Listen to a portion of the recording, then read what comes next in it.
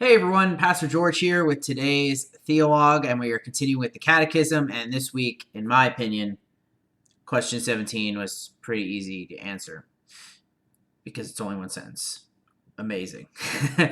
All right. So the question that we had is, into what estate did the fall bring mankind? And the answer is the fall brought mankind into an estate of sin and misery. What?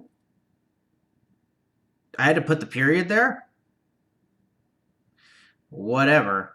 I got that right, as far as I'm aware. Sorry, I didn't put the period. I'm sorry, Reformed app. All right, so let me reset. Oh, no, I want to go to the next one. Wherein consists the sinfulness of that estate wherein man fell? Ooh, that's a lot of wherein in that question there, and I do not know. So let's check it out. Oh, wow. All right. The sinfulness of that estate whereinto man fell consists in the guilt of Adam's first sin, the want of original righteousness, and the corruption of his whole nature, which is commonly called original sin, together with all actual transgressions which proceed from it. Okay, so this question, despite its like kind of archaic language, is asking in general, where does sin in our soul come from? Like what is that, and what's that all about? And what happens, what basically what this is asking is where is sin located, right? So sin is located in, that's, wherein. Where is sin located? Sin is located in us naturally through our corrupted nature, right? Which is what it kind of spells out in those first, they're not full sentences, but 3 sentences where it talks about how it was original sin, right? That causes the corruption of our own nature. And then kind of what's funny here is it's this second part that's only really a sentence, together with actual transgressions which proceed from it, which is the stuff that we do in our normal life, right? Lying, stealing, cheating, lying, stealing, cheating, all that great stuff, right? I got someone following me on Goodreads. That's great.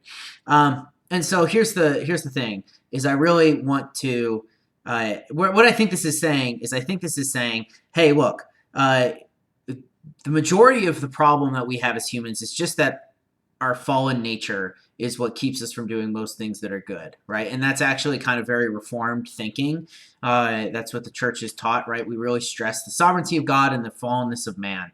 As if you remember TULIP, T, total depravity, right? So it's a big part of us. And then the second part is just the kind of sins that we do every life.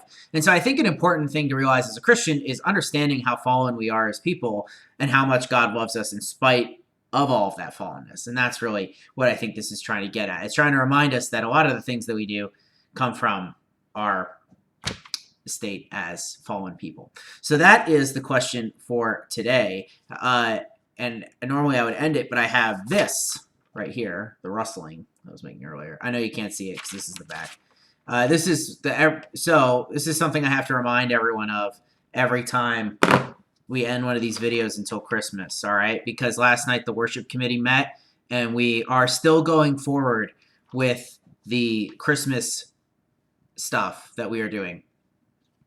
Not caroling. We're not doing caroling, but we are going to be doing a outdoor service still. But there are 4 major points, all right, that they wanted me to communicate to you after every video, or at least I'm going to do it after every video, because apparently people have a tough time following directions. So number 1, you need a social distance, all right? I know it's unnatural and not fun, but you got to do it. 2, you need to bring a flashlight or an iPod or an iPhone or whatever, something to read things with, all right? We're not going to be handing anything out. Stuff like that. 3, you need to bring your own chair. It's going to be outside, also dress warmly. 4, stay near the cone. We're going to have cones set up for family units, and you need to stay near the cone, all right? 1 and 4 both have to do with social distancing, but you have to respect the rules, all right? We're trying to make this a worshipful experience, but also one that is safe for everyone. So please remember, social distance, flashlight or iPod or iPad, whatever.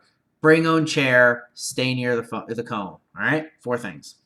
All right, everyone, I will see you guys tomorrow for my next point in my Theologue. I look forward to it. Peace out.